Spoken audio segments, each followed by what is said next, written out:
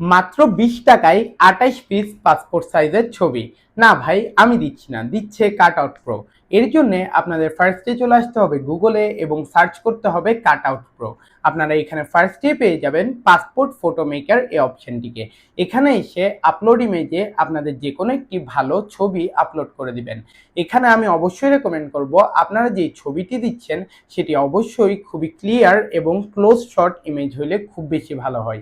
এরপরে এই উইন্ডোতে এসে আপনারা চাইলে আপনাদের ফটোর ব্যাকগ্রাউন্ড চেঞ্জ করতে পারবেন। ইভেন কি যেরকম ওকেশনের জন্য আপনাদের ফটো প্রয়োজন হচ্ছে সেই অনুযায়ী আপনারা আউটফিটকেও সিলেক্ট করতে পারবেন। এরপরে নিচে থাকা কাস্টম সাইজের ফার্স্ট বক্সে 472 এবং লাস্ট বক্সে 590 বসিয়ে দিবেন এবং নিচের ফটো স্পেসিফিকেশন বক্স থেকে আপনারা বাংলাদেশ পাসপোর্ট এইটি সিলেক্ট করে ফেলবেন এবং পেপার সাইজে সিলেক্ট করবেন A4 পেপার।